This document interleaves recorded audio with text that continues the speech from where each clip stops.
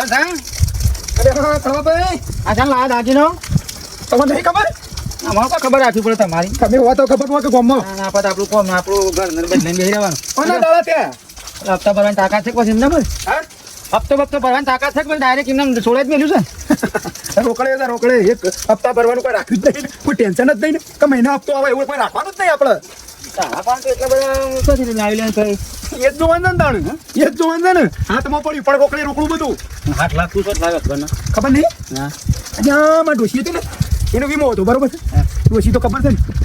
ખબર છે આખા ગામમાં બરાબર ની ઝઘડો કરતા હોય ત્યાં ડોશી ઓળખું રાખી દીધી એ જતી રહી ને પણ વીમો ઉતરાયો હતો કે એના પાક્યા હતા વીમાના 15 લાખ વીમાનું મને પાણ હમણાં જ આવ્યા 15 મહિનો થયો તે હું પેલા ટ્રેક્ટર લેવા જો ગામમાં ઝઘડા કરતી થઈ પણ તને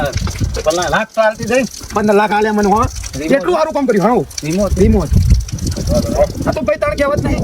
હા મારે ખોલાવો હોય તો